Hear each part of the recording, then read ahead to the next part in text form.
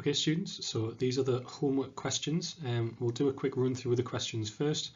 So with reference to the extract, so it's telling you need to kind of look at that extract for the application. Explain the likely effect of a rise in the value of the pound on aggregate demand. With reference to the data, explain 2 reasons for the UK's falling inflation rate or disinflation. With reference to extracts A and B, make your own knowledge. Discuss whether the MPC, Monetary Policy Committee, should be concerned about the risk of deflation in the UK.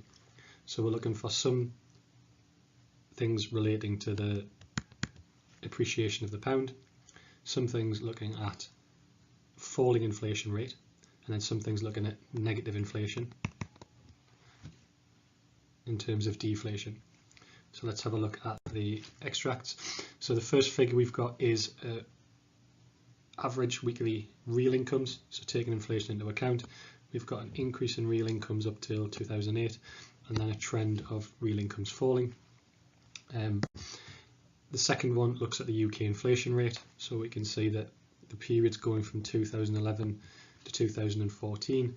It starts off at 4% and increases, then there's a significant dip, but it stabilizes for a while, but then the trend is looking like it's going towards deflation. So 0 here, deflation would be somewhere under the line. And using some of this information, especially maybe the steep fall here, might be relevant because that's about a full percentage point. Also remember that the target for the Bank of England, target 2.0 plus or minus 1%. So it's acceptable to go up to 3%, it's acceptable to go down to 1%, but when it goes below 1%, that's the danger area because it's heading towards deflation, and when it goes above 3%, that's the other danger area because then we start having significant impacts of inflation. So as long as it's in that kind of Goldilocks zone in the middle, we're kind of happy about it. Okay, so extract 1, we shouldn't fear a rise in interest rates. The MPC, Monetary Policy Committee, is looking to raise interest rates in the near future. One has said that the rising borrowing costs would be necessary should debt reach unhealthy levels. So it's telling you that debt is high. It's a kind of a key thing to think about in terms of this answer. But he stressed that this was not yet a cause for concern. So if it's not yet a cause for concern, it's maybe unlikely that the interest rates might rise in the near term. Remember, this was written about 2014. So even though we know they've gone up since and they've only gone up a small amount, this was kind of in the past. So it's telling you there that the base rate's at 0.5%, inflation is at a record low, and expected to be negative. So there's an expectation, and that word is important in terms of what consumers think will happen and businesses think will happen, expectation. So there's no pressure to increase interest rates despite our recovery. So again, it's unlikely that interest rates will rise. UK inflation is being driven lower by a slump in global oil prices. So it's saying that the falling inflation is to do with external factors there, which have roughly halved since the summer of 2004. The Governor's Bank of England has warned that this month that a strong domestic economy would lead into higher inflation over the medium term.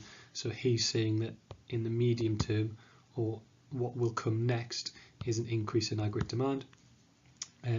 So the increase is likely to be an increase in interest rates rather than a reduction. The even more lagged effects of the rise in the value of the pound is likely to peak in the first part of the year and then gradually fade. Inflation will then most likely bounce back. So what it's saying is that at this moment in time, and we know that things have happened since, that the pound is stronger, and that is causing some deflationary effects. So strong pound imports cheap, leading to lower cost of productions for businesses. Since interest rates take well over a year to be effective, so we got a little bit of a valuation here in terms of time. This should be adjusted to respond at that point. Okay, so the next extract, deflation is bad news. So this is giving you some information about the negatives of deflation. The problem with deflation is once you've got it, you can't get rid of it. So that kind of deflationary spiral taking effect. Central banks know to do what about inflation, but they don't have the policy tools to deal with deflation when interest rates are as low as they can go. So we know that the UK had 0.5% interest rates, and that's about as low as it can go. It links this to Japan. Japan had 9 separate years of deflation, so a significantly long period. So this links into kind of time as a wee step in terms of if it lasts for a long time, it can be more likely to get into a spiral. Then it talks about the EU in 2008. There were fears of deflation, but they were able to cut interest rates by nearly 5 percentage points, and then those fears might be now coming true, and even that significant fall in interest rates, they still went into deflation in 2015. It's talking again about external factors there, so energy prices, but also spending on non-industrial goods and telecommunications, so just spending on consumer goods as well, has reduced. The collapse in the cost of shipping goods suggests something deeper is going on and may lead to more persistent form of deflation. So it's saying that actually there is a significant potential structural problem as well for the deflation. Okay, so now let's have a look at the questions. With reference to the extract, explain the likely effect of the rise in the value of the pound. As it's explained, it only needs to be one-sided. Even though you don't need this graph, this will just kind of help you explain. So we've got a rise in the value of the pound, or an appreciation in the value of the pound, this leading to that strong pound imports cheap, exports dear. So you're going to take it step by step until you get to x minus m, then what's happening there, which would then affect aggregate demand. The more relevant graph, if you wanted to put a graph in that question, would be your aggregate demand and supply graph with your labels on. Next question, with reference to the data, explain 2 likely reasons for the UK's inflation rate. One of them they talked about was the strong pound, but you don't need to necessarily go through all those steps. It's just the fact of a reduction in demand pull inflation. The other thing you could talk about is the fall in world oil prices. And the last one you could look at is the expectations of consumers and businesses, and they may be expecting prices to fall further, so they are delaying purchases. And it does mention a bit about those purchases of non-industrial goods. The last question, so this is a discuss question, and this is discussing whether or not the UK should be worried about deflation in the UK economy. So the 2 sides, one of them is the kind of negatives of deflation, one of them is the positives of deflation, and either one point on each side well developed, or potentially 2 points if you've got time. But as it's a 15-mark question, just stick with one, but I'll give you examples that you could use, and then you can choose one on each side. And then our conclusion with an it depends upon, so the extent to which they should be worried depends upon. That would be the way to start the sentence. So some of the negatives, especially for borrowers, is that the level of your debt will start to increase. So there is a kind of a mention of a bit of application from the case study there about the level of debt, or kind of talking about debt, a significant amount of debt in the UK.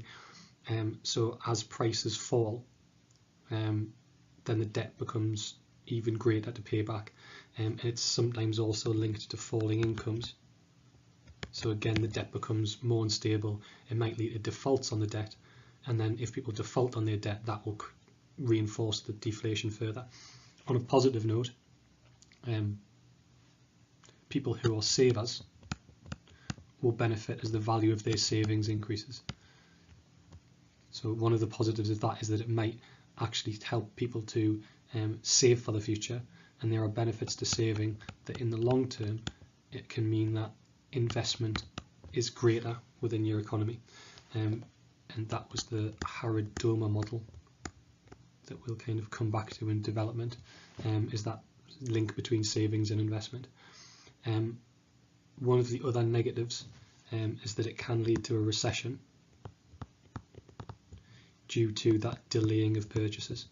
so that if it becomes an expectation thing, so if people expect prices to fall, then they will delay purchases. The more they delay purchases, the more consumer spending and investment spending goes down, and then we might end up in a cyclical recession. Another potential benefit is that if your income does manage to be maintained and it doesn't fall, that actually your standard of living rises. So you will be able to purchase more with your standard of living. So that'll probably depend on if you keep your job if the economy starts to slow down. But just choose one of those arguments for and against. A nice way to evaluate this one is size and time. So if it is a very small dip into deflation in the short term, so that's negative and that's positive, that might not be as worrying. So it would not be as significant. The example of Japan, that kind of almost a decade, their lost decade of 10 years, is that if you slip into it and it's quite severe, it's much harder to get back out of. So that can be kind of linked into kind of, is it temporary or permanent? The other way you could evaluate it is it depends upon like the wider context, if is it internal or external. So it mentions that some of these factors are external, they are not structural within your economy, so the price of oil is likely to stabilise and then potentially come back up. And there's also other mentions of kind of the strong pound being a temporary thing and then that leaving the system as well. So there's different ways you could evaluate that.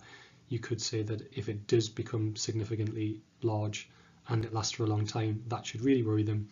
However, the information in the case study states that it's likely to be temporary, and it's likely that it would come back up in the short term, so it's unlikely to be a worry.